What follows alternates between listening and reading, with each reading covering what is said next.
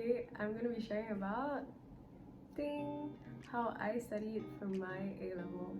So just a little bit about me. Hi, my name is Tomomi and I came from the art stream. I took history, literature, linguistics, and knowledge and inquiry. I'm just waiting to enter university these days, so thought it would be a good time to share my studying experience over the past 2 years. Just a disclaimer though, studying looks so different for everyone, and I'm just here to share what worked for me. So if you're a JC student watching this, please only take what you think might be useful for you, and anything else, chuck it aside, because time is of the essence when it comes to A's. So yeah, okay, let's jump straight into it.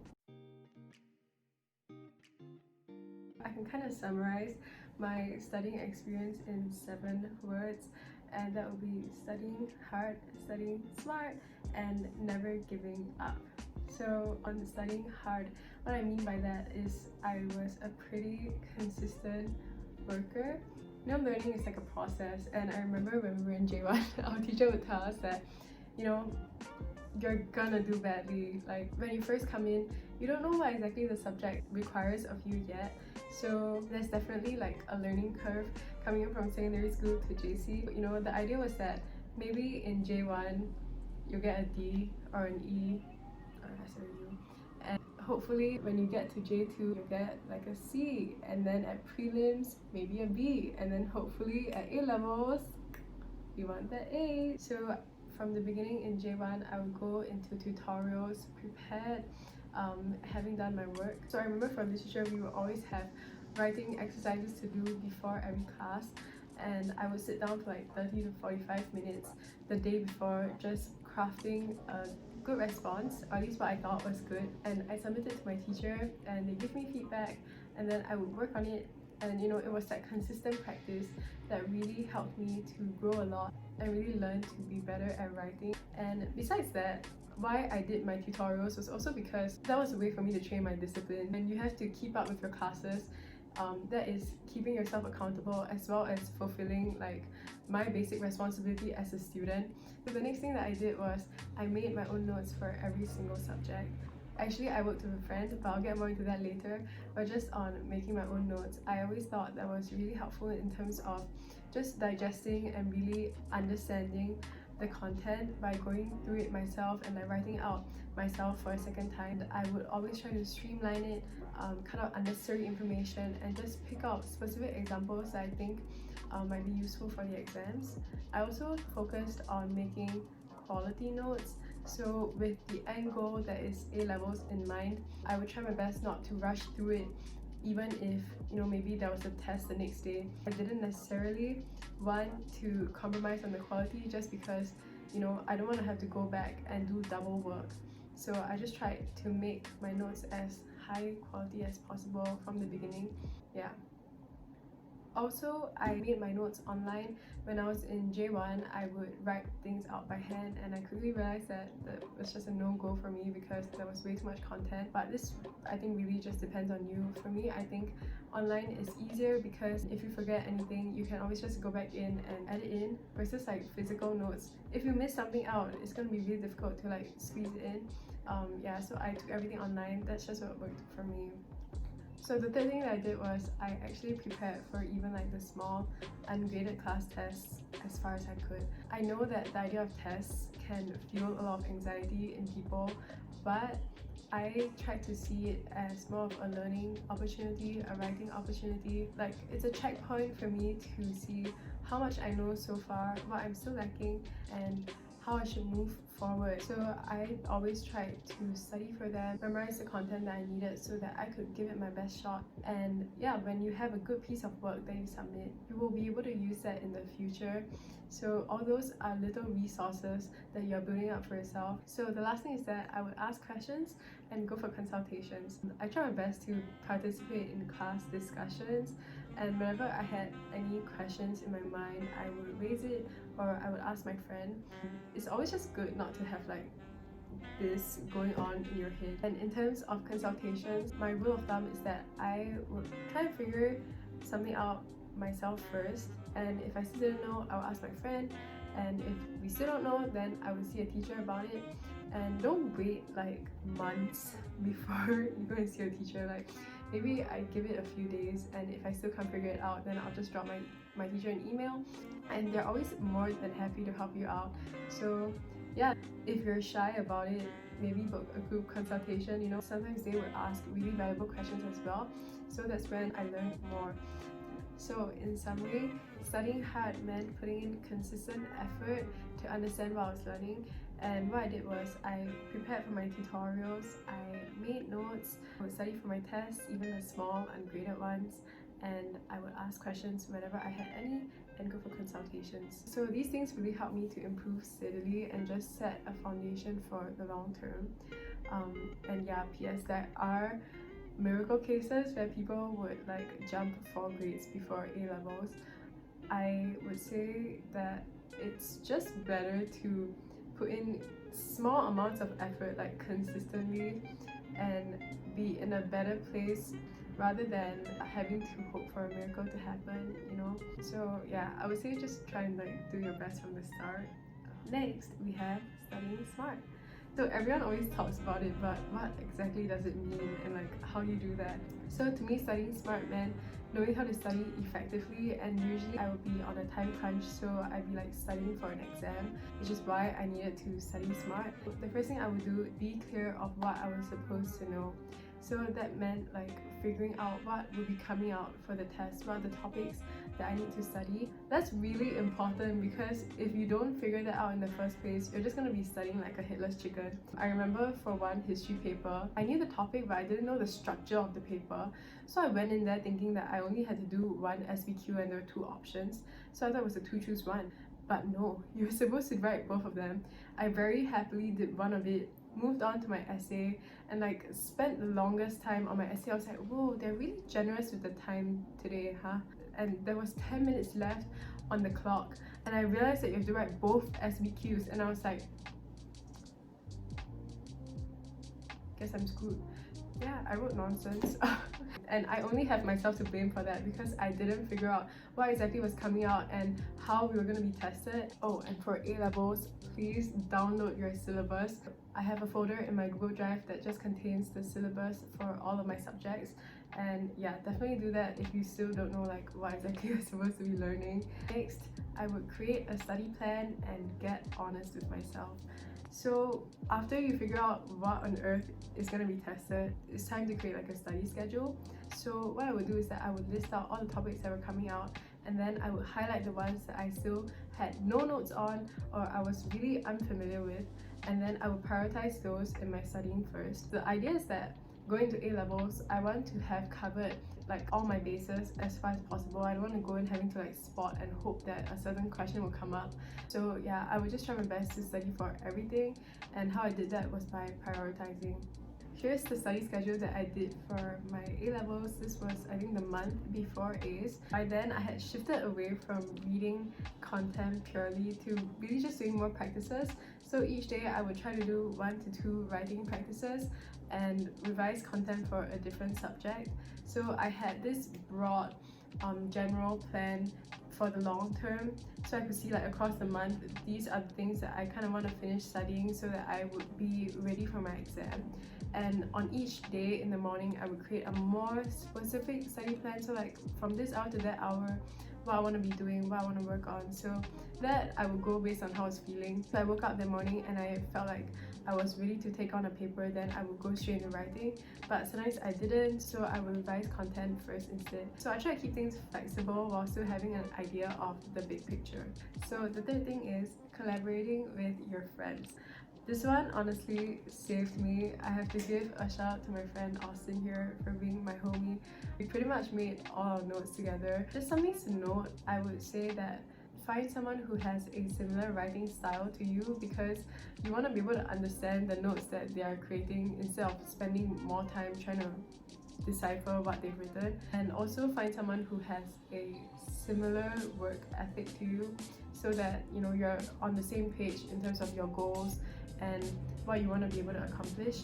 So don't forget that you still have to take the time to read and understand whatever your friend has written. Just because you have someone collaborating with you doesn't mean that the workload is like automatically cut in half.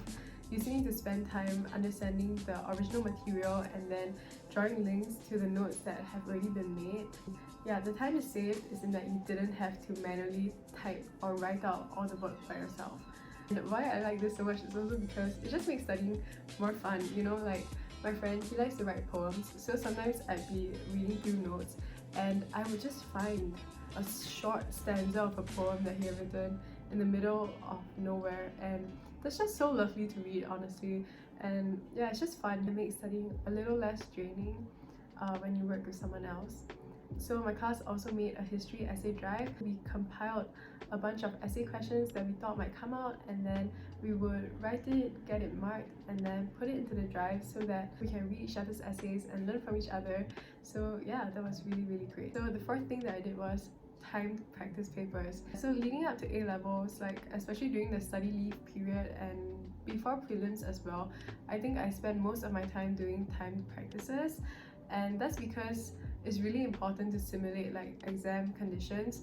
When you're actually in the exams, you won't have your phones, you won't have your notes, and you won't have the luxury of time. It's good to actually learn to put yourself in that condition and just be able to concentrate and write for an extended period of time. And I did this gradually, so I started off with having my notes in one hand and a practice paper in another. I would just try to complete the full essay, not really considering how much time it took.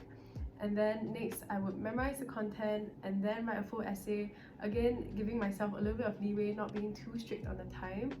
And then I would do a practice paper, like just closed book and timed. When I didn't have the time to be writing full essays, I tried to do essay outlines instead, because honestly, you know, when you go into an exam, you're going to be spending the first 5 to 10 minutes creating your essay plan anyway, and so it was good for me to just practice doing a full outline. So I would write the introduction, my 3 topic sentences, some evidence in point form, as well as a conclusion, and I would try to do that in like 15 minutes. And yeah, it was just helpful to see whether I could create a full argument, because then, you know, the content that you're sorting in, they're just things that you need to memorize. Practices were also really helpful in revealing patterns. So the more practices I did, the more I could see, you know, like what the examiners are looking for, so what content I needed to memorize, because after a while it's just like the same few things, honestly. So the last thing in terms of studying smart is to take breaks and treat yourself. So during my study leave period, I think I studied from like 8 or 9 in the morning till 6 or 7 in the evening, and to be studying for such long hours every day can be so draining. So what I would do is that I would maybe work on something for 1 or 2 hours, and then I would take a toilet break, go on a walk, talk to a friend, you know, just take my mind off studying for like 5 to 10 minutes before going back into it. I would always have a good lunch, like a nice lunch break, without flipping through my notes or anything. In the evening, I would go home and just have a good rest before I have to repeat everything all over again the next day. It was really important that I was taking those breaks and giving myself the rest that I needed. You need it to stay sane, honestly. Another thing is, don't reward yourself only when you've been productive, because we're not meant to be productive all the time. Some days you wake up and you just don't feel motivated, and what I did in such times was that I would recognize how I was feeling, I would acknowledge it and be like, okay, today I'm not really feeling it, but you know, I still have to study, so I'm gonna see how I can, you know, be a little bit easier on myself. I would work on something for a shorter period of time, and because I was working slowly and not being hard on myself, I found it easier to fall back into the rhythm of studying, and that will make my not so productive days a little bit more productive sometimes. So, you know, try to be kind to yourself whenever you can, not only when you've been productive and good. And the last thing, never giving up. Yeah, I cannot tell you how many times I felt like giving up, or I've said out of my mouth, I want to give up, like I hate this, studying is too difficult for me. Shout out to all my ERL meetings that really just, there's so many of them, yeah, it just felt so endless, you know, the content that you have to look at.